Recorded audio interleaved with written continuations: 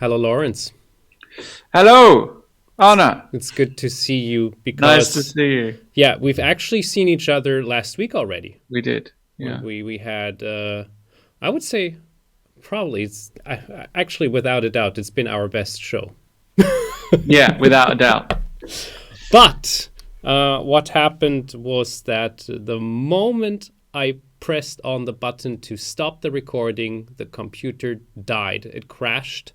I was shouting for Lawrence, Lawrence, are you still there? And then I saw a black screen and turned on after that, shortly after. But since it is an MP4 recording, there was no chance. It was a piece of toast.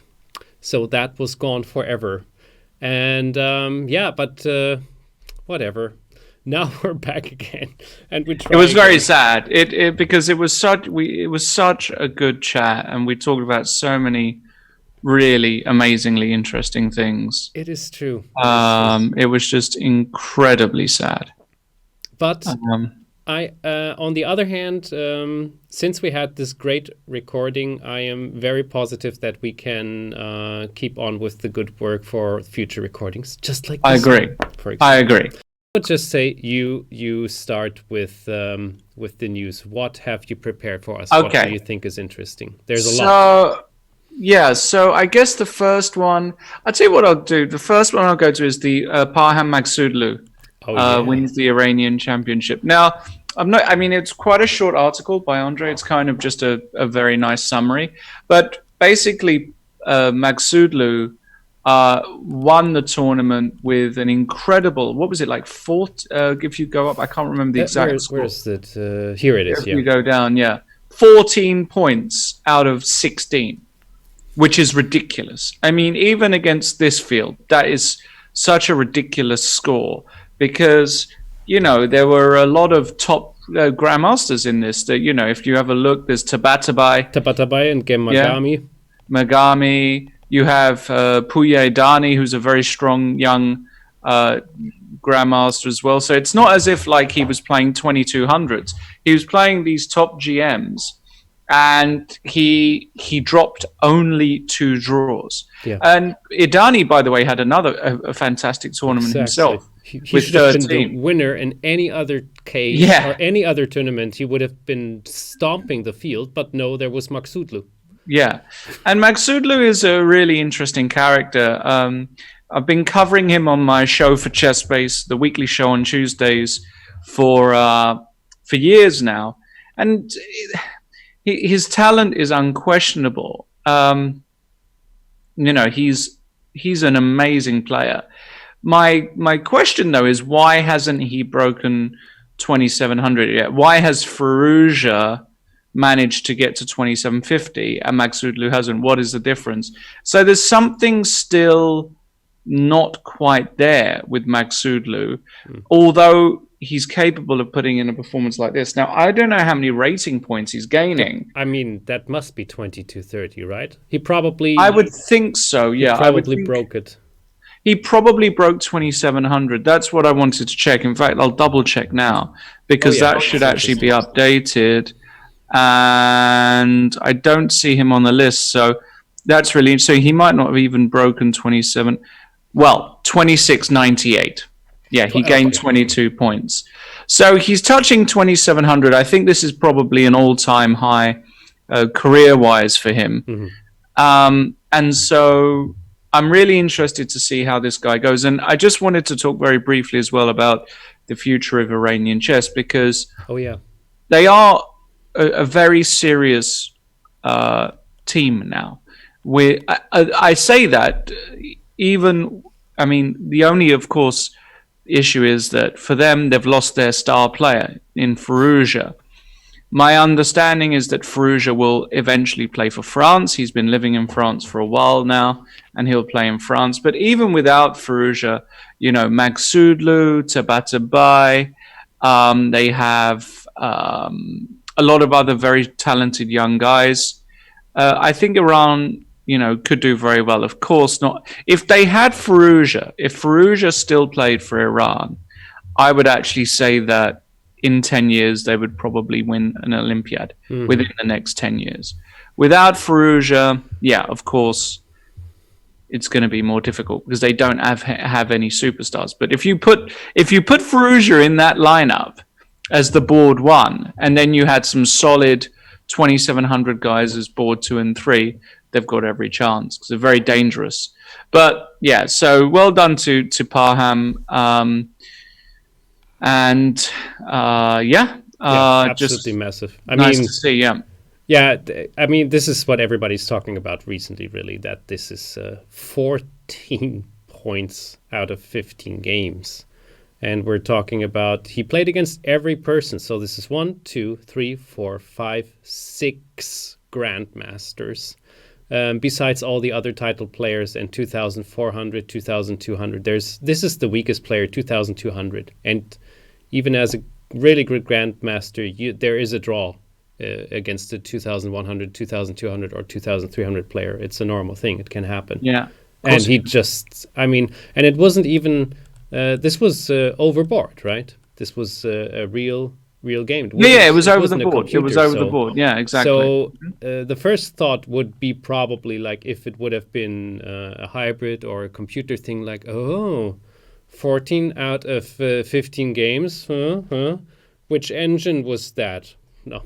I mean, you of course, there's always the possibility about those things, but apparently to cover him for this, looking at his games, he just played very, very, very well, but there were also mistakes by his opponents, which he just took. And he played, I mean, Maksudlu, probably a person we will hear much more often now in 2021 and maybe the next year even more often. And Puya Idani, I never heard of him before. Yeah. He's been around a while. I mean, he's not that young. He's been around. Solid grandmaster, great tournament, 13 points. I mean, that's a ridiculous score as well. That was really funny, yeah. He's probably gaining 30 points actually from that. So. Yeah, he has his 2,600 probably also.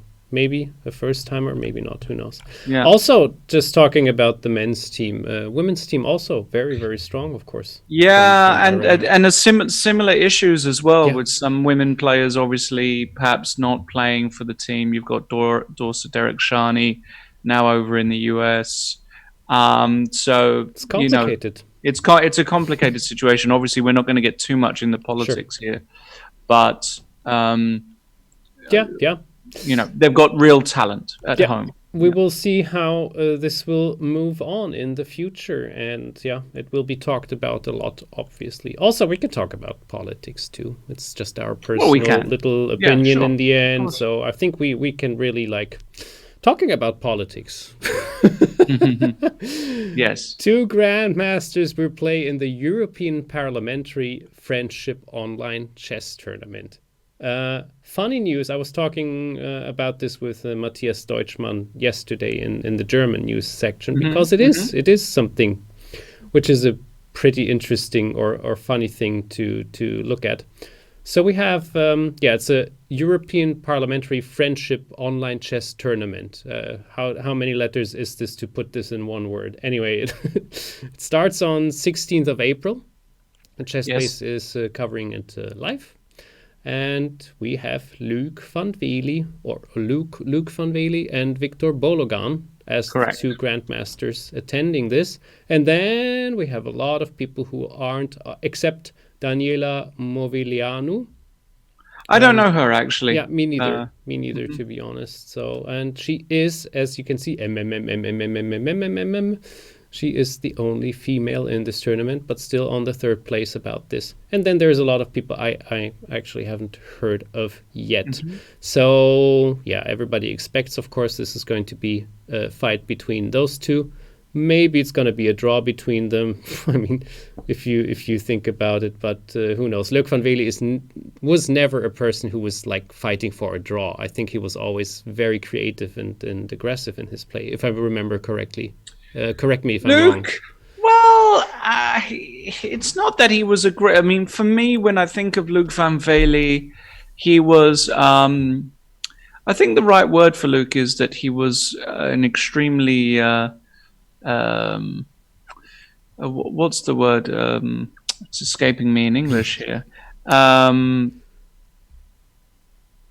He could play any kind of position, Luke. What's the word I'm looking for there? Multifaceted. He was a multifaceted player. Yeah. Let's use that for the moment, because I can't think. I haven't even had a coffee yet this morning. Yes. Always played interesting chess. Could play slow positions very well. Could play fast positions very well. Black and white. Had a very wide repertoire. Obviously was a big Sicilian player.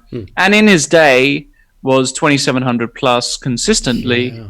And was playing the top tournaments consistently. So, and he's a good guy. Senator Luke, as he's now known, now a politician. So, yeah, I mean, it's a nice tournament to see. It's also complicated. Yeah, it's also. Now, have you ever played against Luke yourself? No, I've played some Blitz against Lukey Boy. I've played Blitz, but I've never played a real tournament, real tournament game against Luke. Yeah. But he's a good guy. He's a lot of fun. Also a poker player, or did, I don't know about now, but was playing poker for a while. It is a very short message about this, but it's something new. And it's new. That is what what raises the interest a little bit to keep an eye on this. This is probably not the boards where they will be playing on, since it's online. Also, by the way, Luc van Wiely and Victor Bologan both. I think, I'm certain they have Fritz trainers with us, both of them. So that's absolutely go and check those out for sure. Yeah. Absolutely. And that was that. Not too much to say about this, but it's just something. If you haven't known about yet, we cover it live. Maybe it's some interesting games, especially to look at how Van Wiely and Bologan are doing, if they have any little slip-ups, or if they go through like Paham Muksudlu. Let's see about that. Let's see. Yeah. So your turn, Lawrence. Okay. So the next item that I wanted to talk about was this fantastic story here, Glimpse into the Past, the story of a picture on the bottom left. So if we keep on going down. Oh, this one here. Yeah. I don't know how I missed that. Oh, please. Yes. Johannes. Oh, this is fantastic. Nice. Yeah. So Johannes wrote a fantastic article. It starts off with this picture of a tournament in 1941 between Max Bluemich and Alexander Alekhine, or Alekhine, as we say in English. Yeah. That they played, and the first question the question that Johannes poses in the article is, who was Max Bluemich? Now, I've read a lot of chess books and I've read a lot of history, but I didn't actually know who Max Bluemich is. Do you know who he is? No single idea. Please tell me more. Well, no, he was just a very, very decent German amateur player that played in this tournament. And then when I scroll down more, you can see the game there between Alekhine and Bluemich. You can also see another player, Paul Felix Schmidt. Now, Paul Felix Schmidt, I had heard of, but I really didn't know much about him at all. The article also talks about it, and it talks about a fascinating game that took place.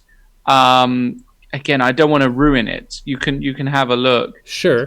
Between Bluemich and between Alekhine and Schmidt, where Alekhine basically had mate, blundered, and then there was some controversy about a touch piece, when somebody touched a piece. Touching. I think Alekhine basically touched a rook, and claims that he said "j'adoube," which means I adjust. As a French player back then, yeah. Right, exactly. And then the question was, did he actually do it? And so Johannes goes into some detail. Yeah, it's a bit of controversy basically. And there's another photo of Max Bluemich at the bottom. Talks a little bit about him. He apparently was born in Leipzig. Did a lot for German chess in those times. God. And I knew absolutely nothing about this guy. And then there was even a bit more in the main photo. You can see behind Yefim Bolyubov, who Bolyubov we all recognize, but the guy he was playing is a guy called Edward Hahn, who also I had absolutely no idea about. Was a strong German amateur at the time. And I just want to say that it's these little articles that are published that do inspire me to in chess. I love reading about the history. I think it's an important part of everybody's education and growth as a chess player. In fact, as I make my quest for my GM title, one of the things I'm doing is going over the classic games of the world champions and near world champions. So not just your standard world champions, but all the guys that came close, Keres, Stein, Korchnoi, whoever it is. And special thanks to Douglas Griffin, actually. Douglas Griffin, if you don't know, I suggest if you've got a Twitter account, you all go and follow Douglas Griffin, because he regularly posts these fantastic old photos or small video clips of all of these wonderful chess moments from history. And it's thanks to him, really, that we have we have a resurgence in interest in these things. He really does post some excellent material on Twitter. So my suggestion is go and follow him. And just nice to see this. Again, I would go and read the story because it's really interesting. And Schmidt actually, by the way, won that tournament with Alekhine. So Paul Felix Schmidt, I think they gave him the international master title. When I looked through the game against Alekhine, it felt like he played quite decent chess. So that's worth a read, of course. Now I want to read about the controversy and it talks about how like Alekhine drunk during the game, apparently. No, this is true, that he drank too much cognac, which is typical Russian drink. And then he talks about his Jadub moment and everything. But it's just I don't want to tell everything that happened because it's just so much fun that I want people to go and read it and enjoy it, because it was a really fantastic article, fun. Yeah, you got me already. I didn't read it yet, so it's really shame fun. on me. Perfect, nice one, excellent. A glimpse into the past. Yeah, exactly. I can completely relate on what you just said about the history. I'm getting more and more into it. Also, thanks to the shows we're having. Because it's so rich. It's such a rich history about so many players and people and whatnot. So it's good that we have this and that we keep it up like that. Absolutely. Yeah. So let me poke into the hornet's nest. Oh God! Here we go. This was where I might end to go on.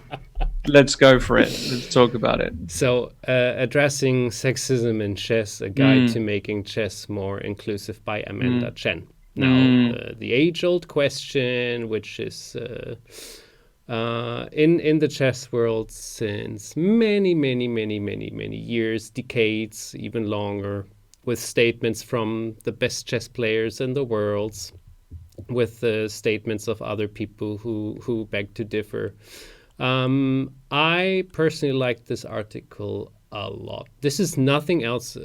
So this is the thing where it's getting difficult about, as you already said earlier, let's not get too much into politics. I get that point, what you're talking about.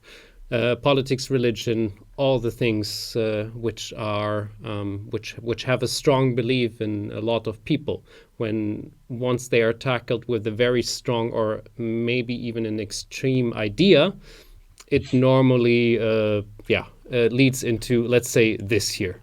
These are funny enough 64 comments at the moment and rising up. But in the end, what I'm doing right now is I'm doing nothing else than posting another comment. I'm just doing this by talking, because what comments are is, this is my personal opinion, and I want to show it to the world. Okay. So I'm not sure how much it helps anybody else, except getting angrier and boiling up a little bit.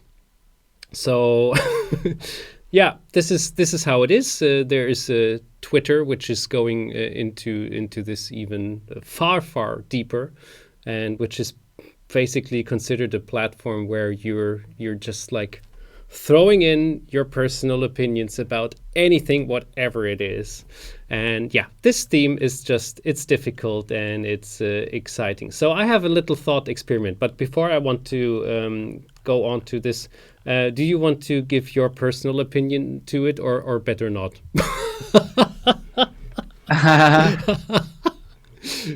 You don't have to, because as I just said, I'm not going to say anything. I'm going to be straight out. I wasn't a huge fan of the article, to be brutally honest. I don't think it said much that we don't know already. I don't think it was that insightful in that sense. And I think, I think actually the chess world has made incredible progress with regards to being more inclusive and encouraging young girls and women to play. I think there's been incredible progress. If you think of the number of women's tournaments, the number of initiatives for young girls, an entire tour for elite female players as well. I mean, it is there. I mean, I see it amongst when I go to the London Chess Classic every year, and I look at the children's programs, chess in schools and communities, there is a high percentage of young girls playing. And, the likes of Judith Polgar that you can see there. Judith is a very good friend of mine. What she's doing as well, it's fantastic. And, whenever I'm in the environment and I am in chess, and I don't feel as though there is a barrier for young girls to get involved and to enjoy chess. But of course, there are external factors impeding them, and there are clear obstacles. One thing I want to make absolutely clear is that this isn't a biological issue, right? I mean, men and women on paper can play extremely good chess, and lots of top female players have shown that they can compete with men. So it's not a biological thing. I think it's a more it's due to external factors. And yes, further encouragement still needs to be made. Further incentivization still needs to be made. But nothing would make me happier than to see a group of super genius young girls or women players come up and chat. Nothing would make me happier actually than to see an overall world champion that's female one day. That would just, I think that would just be so brilliant for chess. And there's no reason why that can't happen. We've seen glimpses of it. Of course, Judith was the person who came closest in recent history. We, of course, had great, great talents come up, Ho Yifan and various others. And there are some young talents as well now that are showing to be extremely, extremely strong. So I think,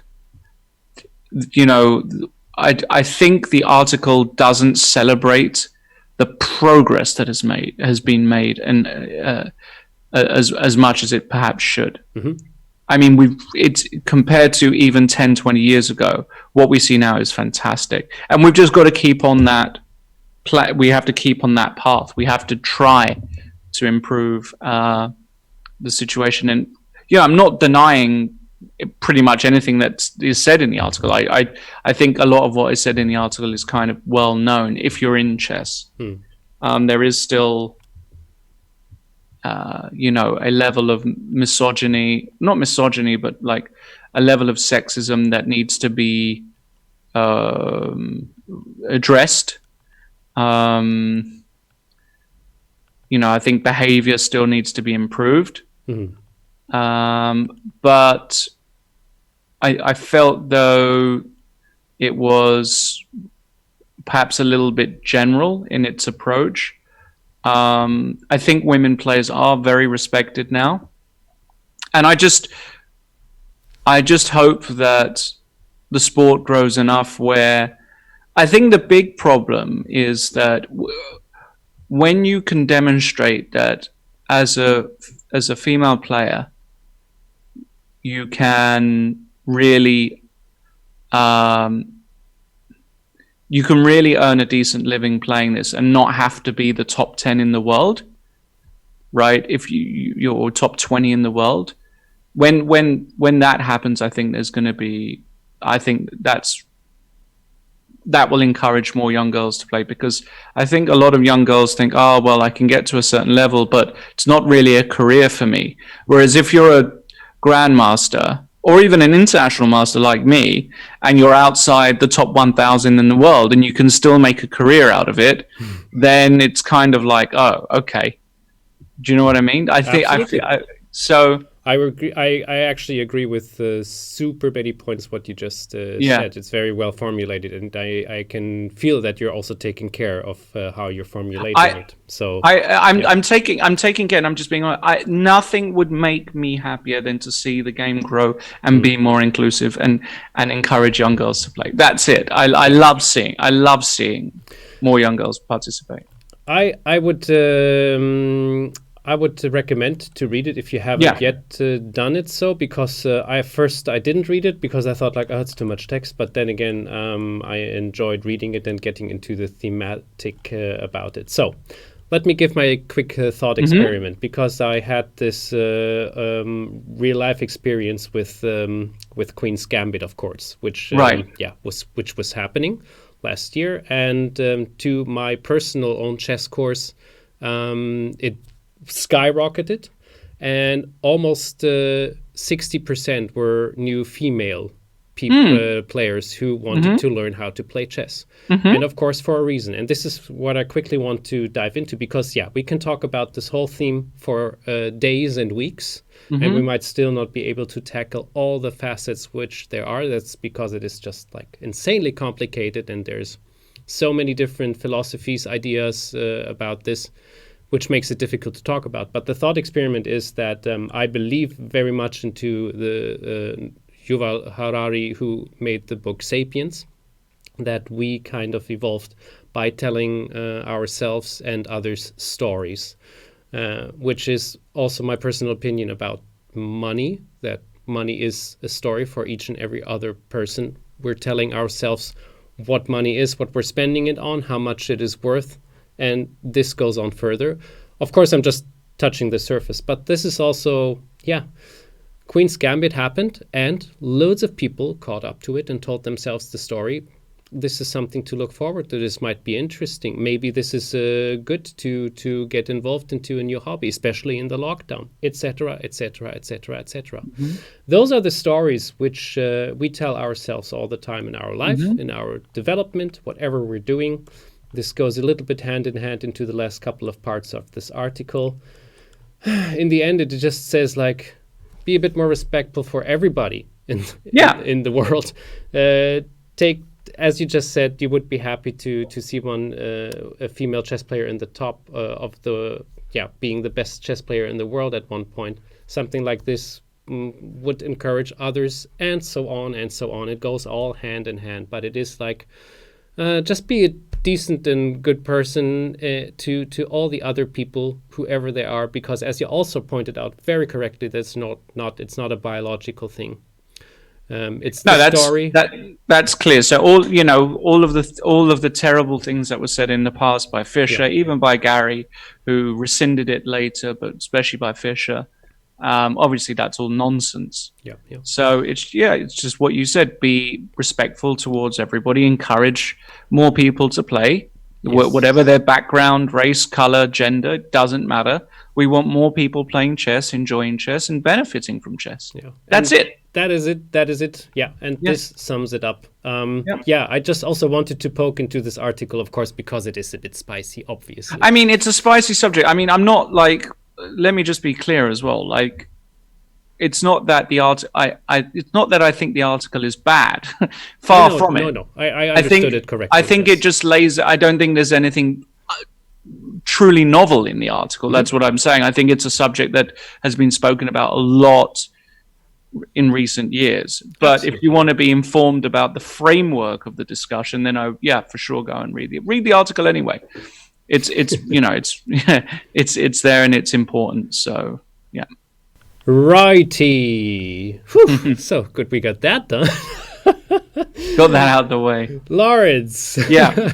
Your turn. Last one. Okay, I'm going to talk very quickly. As I spoke about Maksudlu, let's talk about Pragnanda. If you look at that article just there, impressive Pragnanda wins the Poker Challenge. And we spoke about this briefly, but of course the recording, as we said, didn't really go forward. So there was this fantastic, talking about best players in the world, it was the Judith Polgar edition of the Julius Baer Challengers Tour, which is part of the the Play Magnus Champions Tour. And basically it was two teams of extremely young superstars. Yep. One team was Judith Polgar's team, one team was Vladimir Kramnik's team, and it was an individual event, so everybody played everybody else, but the winning team got to get an invitation to the World Championship match in November, so they'll all be invited to go there, and the winning person of the tournament, which was Pragnanda, won $3,000 and a ticket to play in I think it's the next edition of the Champions Chess Tour, so he gets to play against all the big boys. And I just want to talk about Pragnanda. Now, this is a guy who I know. I've met him many times. I've played in tournaments with him when he was playing more the open circuits. He won't be playing the open circuits for much longer, in my opinion. Pragnanda is the real deal, the real deal. Mm-hmm. He's, over 2,600. I don't think he's 15. I think he's still 14. He might be 15. He crushed this event. He absolutely crushed this event. And it's not just that he crushed it. Like, the lineup is insane. I mean, look at the players playing. Is there a table maybe? Yeah, here. There's a table. I mean, look at the players. Abdusattorov, 26-27. Gukesh, 25-78. Saren, another Indian genius. Look at the Indians as well, by the way, dominating the top places there, 26-20. And then you've got Vincent Kema, of course. You've got Wanda Liang, already a Grandmaster. You've got Pierre Mendoza is already a Grandmaster. He's from India as well. He's a Grandmaster now. And of course, one thing that I really loved about this tournament is that they included some of the top young female players. And look at the talents we've got here, talking about female players. We've got Zhuzhina, who I don't know very well, very strong player from China, young lady. Salimova from Bulgaria, she's extremely young. Shuvalova, I should say, from Russia, under 18 women's world champion, I believe. Abdul Malik, Sarah Kadam, Carissa Yip, etc., etc. Sadwa Kosova had internet issues, so that's why she pity. Yep. She had 0. Olga Bedelka. So all of these fantastic young players all playing. The Indians dominated, and Prague especially. Vladimir Kramnik basically said he sees so much of a young Vichy in Pragnanda. The way his universality, that was the word I was looking for, by the way. His universality as a player. His patience, his maturity in his game, the fact that he's still an extremely gifted tactical player. And there's just basically no reason to think that this kid, Prague, is not going to be a top 10 player in the world and possibly more than that. It reminds me, remember Garry Kasparov years ago, I think it was around the time that Kramnik played the Olympiad for Russia. I think it was 92 or 94. I can't remember. And he basically said about Kramnik, this guy's gonna challenge for the world title one day. Well, now Kramnik is saying that about Pragnanda. So you kind of tend to believe these guys when they say, well, this person is a very, very, very special player. So I'm very excited to see how Pragnanda improves and progresses. He's going to be 2,700 in no time. I think he'll be 2,700 probably in the next year or two. So he'll be 2,700 by the time he's 17. And then the question is, can he then, because so many young top players have got to that 2,700 level, around this age area, 15, 16, 17. The question is, can they then make the next push? Because there have been some guys that weren't able to just go to that next stage. But Prag, he's a special guy. He's a special dude, I'm telling you. Let me actually make 3 quick points. Yes. First, what you just mentioned. Let me make 4 points, because in your weekly show, you're even analyzing a game of Prague. Is that right? Or am I? Yes. Exactly, right? Yeah. Mm-hmm. So check out if you want to learn a little bit more, because you're also talking about Prague, of course, and checking out a couple of nice, interesting positions about this. Mm-hmm. Another point is that what you just said with Kramnik, because before the tournament started, Frederick Friedel, he has contact with everybody. Kramnik, very good friend.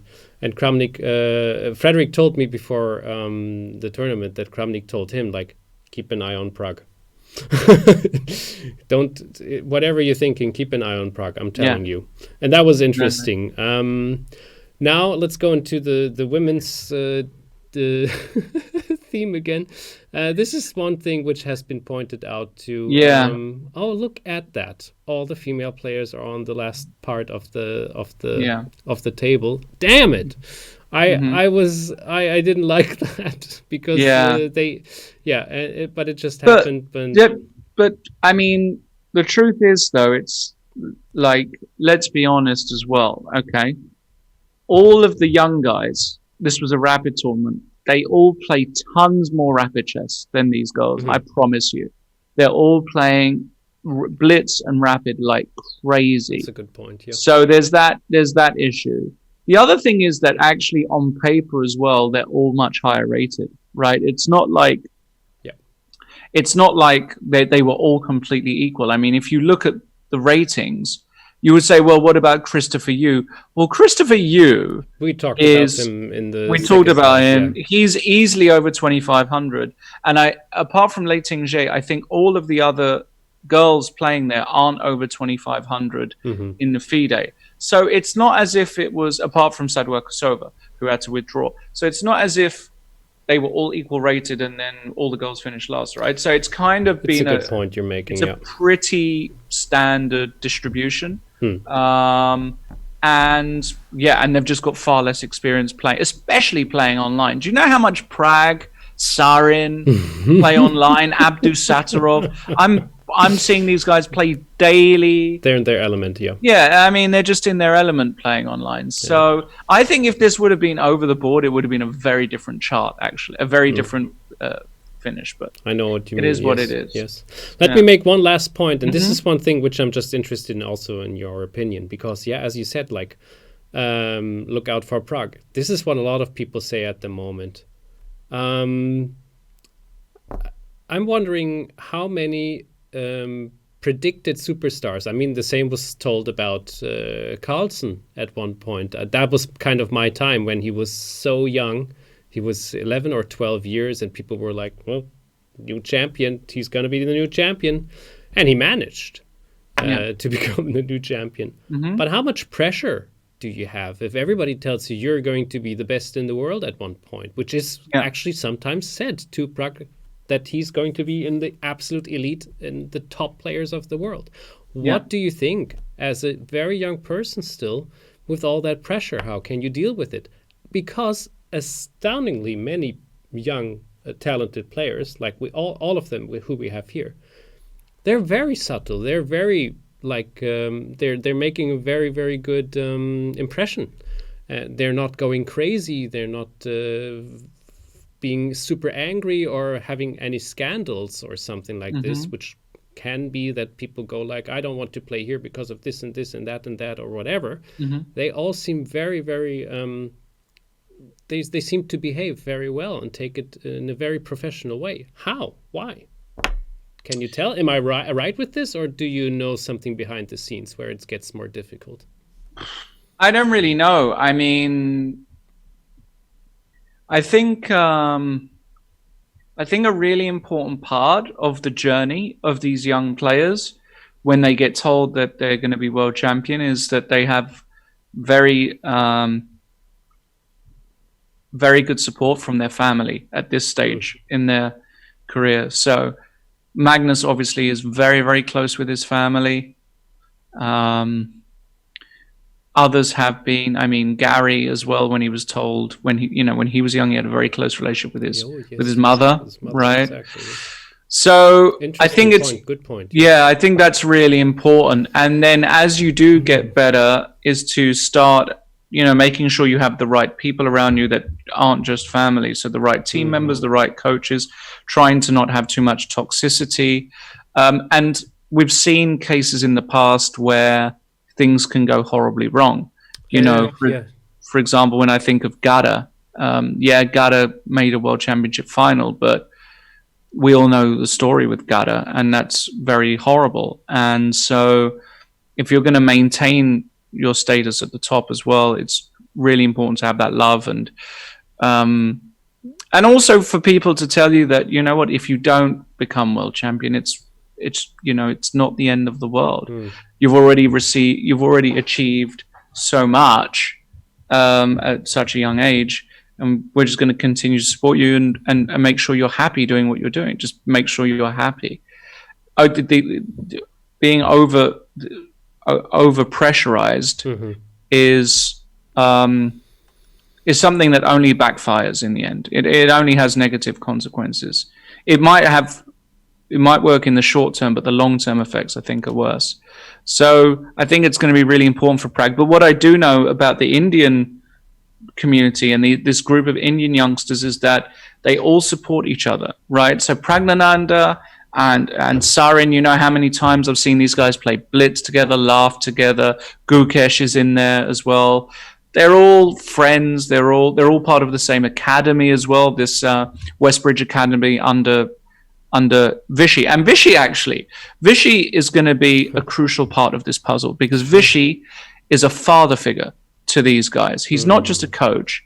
He's a father figure. You can see there the tweet. And, I think Vishy now, basically, who is, he's not retiring yet, but whenever Vishy does decide to retire, I think he's going to really relish the opportunity of working with these young guys and trying to make another Indian world champion. There are, of course, still, by the way, Indian players out there that aren't in this group of young guys that are incredibly talented could do it. Hari Krishna, Vidit, just to name a few. Yeah. India could dominate. India really could dominate in the next years. It's going to be interesting to see. Nice. Thanks, Lawrence. Very, very good points. How many kids are you coaching at the moment? Very few kids. I've got a lot of I've got far more. No, I mean, I don't know. No, but I think you're doing. I think you can get a very good message to them just by coaching them. I think I agree with a lot of your points about this there. Yeah. Let's talk about the very last theme, and I think you would agree with me that it is a good thing to talk about. The candidates tournament resumes. Yes. I mean, 3 days, I think. Yeah, it's starting on Monday, and I talked about this in the German news already with Matthias Deutschmann. But I think this very first round on Monday, it might pave the way of where things are going. So, in my personal opinion, if Caruana wins against Bashir Lagraf, Caruana will win the tournament. Okay. If Bashir Lagraf wins against Caruana, he will win the tournament. Okay. If it's going to be a draw, I don't know. And it's probably most likely to become a draw. But I think this can give them the boost for the rest of the tournament if they have a full point. Whoever gets that one. Let's see. This is my personal opinion. Let's take a look at the table quickly. That is the table. I saw Bashir Lagraf on the first, but they both have 4.5 points, and in the end, it's all very crowded. It's very crowded. It's really tough to call. I can't wait. True. Yeah. So what is your opinion? Who is going to win, and what will happen?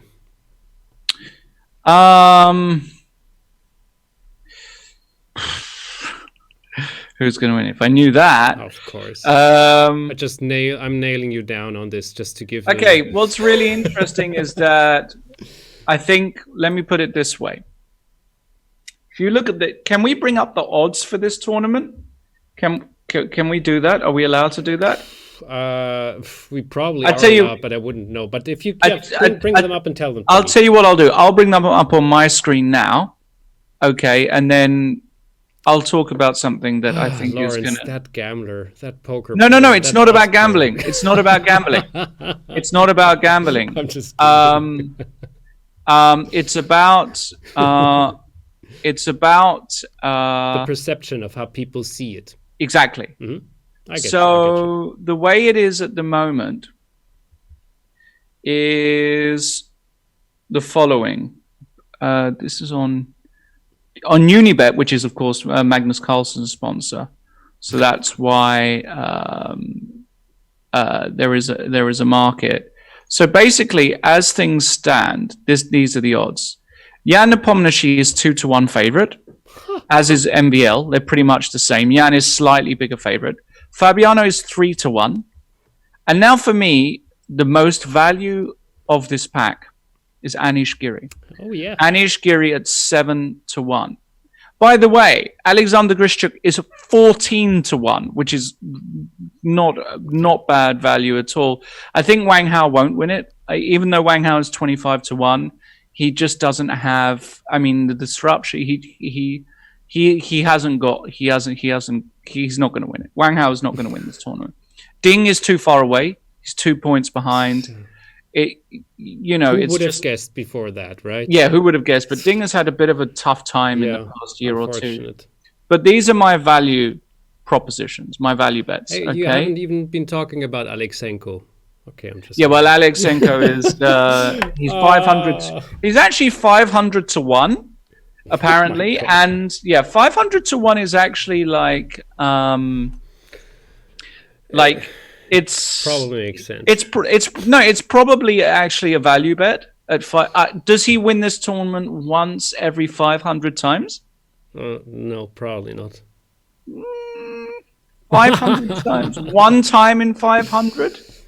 Yeah, does he? I think he does. Yeah, I think so. Wow. I think for example, I think at 100-1 he's not value, but 500-1. If you think this tournament was played now 500 times, would he win one? I think he would, because the other guys would have a meltdown. He might beat Wang Hao. Let's just say, what are the pairings? Can I have a look at the pairings? Obviously, yes. Yeah. So he's playing against Grishuk in the first round. Right. So look at that, right? He's very capable of beating Sasha with white in the first round. And then he plays Karu. Let's say he just has great preparation, beats Karu, and suddenly he's in the mix, right? So my point is, he's probably not going to win this tournament. In fact, it's almost certain that he's not going to win it. But is he value at 500-1? Yes. Is Grishchuk value at 14-1? Yes. But I think the big value is actually Anish Giri at 7-1. Good point. Yeah, I mean, and this comes not from nowhere, because he played so well in the last couple of months. Exactly. He's played fantastic chess. His best chess. I mean, if there would be Wesley So, we would have put him on the list too. But Anish Giri is just like, yeah. Well, Anish also in 2016 he played some great chess. But there's one thing about Anish that is different now, is that he's playing moves that before he didn't do, and his risk mitigation. He's readjusted. He was overly cautious, basically. Okay. He was overly, I think he feared losing more. And he's in a spot now where he's a full point behind with 7 to go. He doesn't have to go all in immediately. Who has he got? Nepo in the first round. Yeah, this is exactly why I'm going like this first round is going to be insane. I mean, this should have been the last round in the end, but it's going to be the first round. That's fine. But yeah, also, when is Nepomniachtchi facing Bashir Lagrave? Is it? Yeah, it's the second last round. So very interesting too. But so there's going to be a lot of twists and turns, and because they're so close, every single victory now is just huge, right? So, yeah, it's just it's going to be great to watch. Obviously, you'll be able to watch all the stuff here on all the reports on ChessBase. You'll be able to watch the live games on Play Chess. Yes. I don't know who's commentating for I'm ChessBase. pretty certain it's going to be Sagar, who is going Sagar. from ChessBase India and going to commentate. We're so entertaining every time. My gosh. Now you have to make a statement. I'm saying Caruana. He will win it. Well, I mean, look, Fabi, as you know, is my dear friend. I worked with him for a while. We're still in touch. Fabi, according to Magnus, is the best player in the tournament. Okay. There is absolutely no reason to not say that. If you look at the ratings, I mean, he's 28-42, right? So he's clearly big rating favorite. He does an incredible amount of work. He's been there, done that, by the way. He's the only person of these players that has actually won a candidates tournament. Nobody else has won. So he understands. He deals with the pressure well. Of course, Fabi is a favorite here as well. Is he value at 4-1 or 3-1? No. I don't think he is value at these prices. But if Fabi wins it, it will be like, yeah, that's completely. Yeah, it's like it's just not a surprise. It's not a surprise if he wins this tournament, and not even close to a surprise. What will be a surprise is if Wang Hao wins this tournament. If Wang Hao wins this tournament, it'll be a surprise. Cool. It wouldn't be a surprise if Nepo wins. It won't be a surprise if MBL wins. They're a point in front. Yeah. They can still win it. Grishchuk would surprise me. That would be cool. This is my secret hope. This is your secret wish, is it? I mean, he played like 7 draws in the first half of the tournament, and he said like he's just like he's Grishchuk. He said in the statement, so he doesn't feel like this tournament is not a lot of fun and. I would just like imagine if he's having fun at the tournament out of a sudden, and then he gets like a couple of draws and a couple of wins, and then he's all up there. Who knows? Haven't seen too much of him in the last couple of months too. So this is another question which has to be raised. What have the people who haven't been playing online or in the last year, literally, what have they done in all this time? Have they prepared like crazy? Or have they been in their Zen state or taking care of family? And because it's also, we've talked about this too, it's also a way how to handle things and don't put too much pressure about this and just do the thing. Or have they been doing a thing which they play a lot to get to still stay in this playing format? I mean, people still speculate if Maxime Vachier-Lagrave has kept all his preparations for this tournament and this is the reason why he played not that well in the last tournament. I don't know which it was, but he was like not in the top 5 of the table as far as I remember. Yeah, I mean, it's a good question, and I guess the journalists should be asking those questions in the press conferences. How have you prepared for this tournament? What's been different? Obviously, the big mention here is if you look at the list of players again, if you go down, of all those players, the only person who's not really participated at all in any of the big online tournaments is Fabiano. Right? Yeah. And Wang Hao. Ding has done some stuff online. Yep. Alexienko also not played that much, but Nepo, MBL, Giri have been consistently playing over the past year, and Fabi just hasn't. It's very wild and interesting of how this is going to be turning out.